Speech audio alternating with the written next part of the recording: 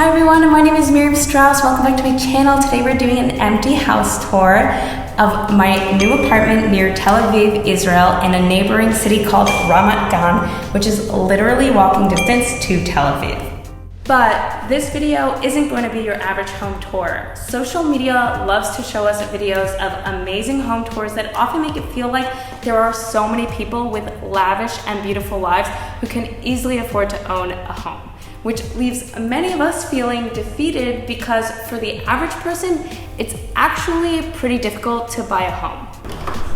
Oh, hello there. I could shoot this infamous shot over here of me opening the door to a cameraman, pretending like the viewer just knocked on my door and as if I'm welcoming you into my home with some phony smile on my face and a charming one-liner, while I secretly hope that it makes you think I seem relatable. And then I could cut to this beautiful shot of my living room and I could point at these beautiful floor-to-ceiling windows and tell you about how I first ever fell in love with this apartment when I saw all of this natural sunlight. By the way, the sellers left us their TV, so shout out to them. That was really nice of them. I appreciate it. Now, in all seriousness, these floor-to-ceiling windows are a rarity in this city in this price point, so I am truly obsessed with them. But instead, this video is going to be a little different. If you've watched some of my other videos, you may have seen me talk about how I grew up poor in New York City, and you probably heard me say that I didn't even have a bed to sleep in until I was 16 years old when I bought my own bed with waitressing and babysitting money that I made myself. You may have wondered to yourself, well, Miriam, where did you and your 8 brothers and sisters all sleep? Oftentimes, we slept in a chair, but it wasn't a cozy armchair because we didn't have any of those. Instead, it was a plastic chair that my father bought at the dollar store, which were the only chairs we really had in the entire apartment.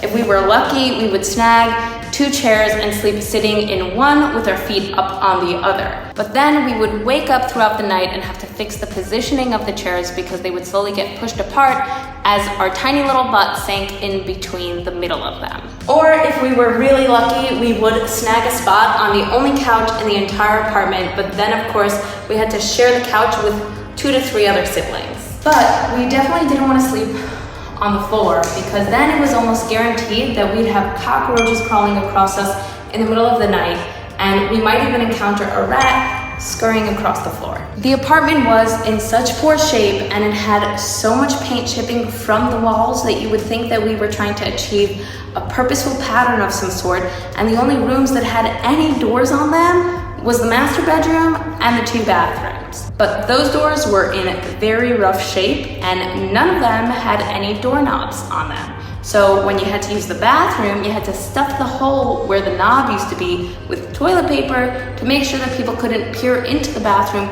through the little hole in the door where the door handle used to be, which was typically the way that we knew someone was in the bathroom. So you can imagine that as I show you this kitchen with floor-to-ceiling windows and a quaint little view with these charming countertops and kitchen island, as a first-time homeowner, I'm overcome with so much emotion, I can't even truly explain it. This home means more to me than I can truly explain.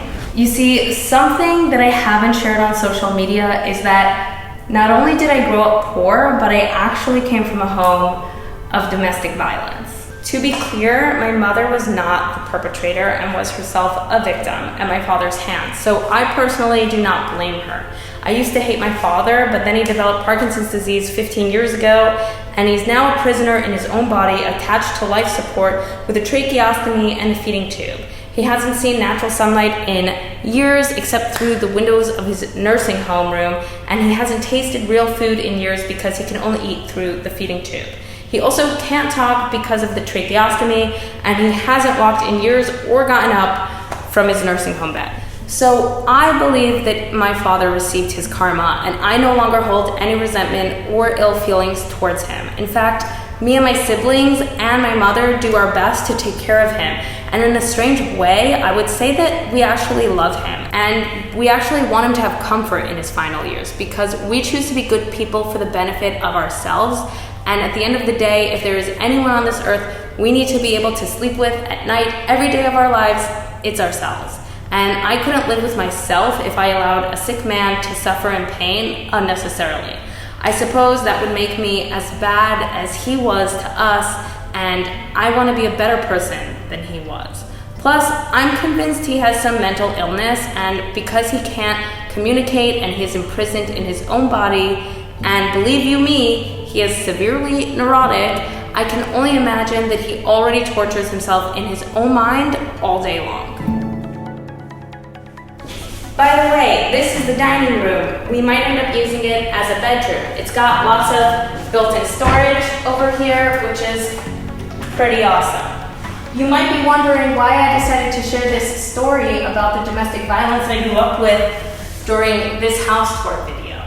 Well, you see, when you grow up in a home with domestic violence, you never really get to feel like your house or apartment really feels like a home. In fact, as a child, I was constantly on edge and worried about the mood that my father was in and what room he was in and whether I would upset him somehow.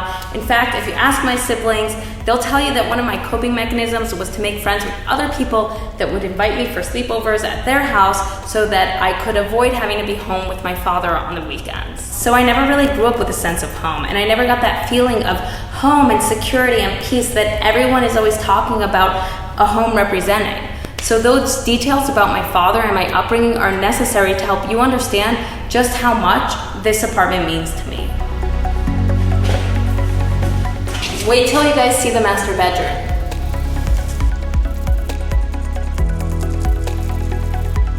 This is the master bedroom, and I absolutely love it.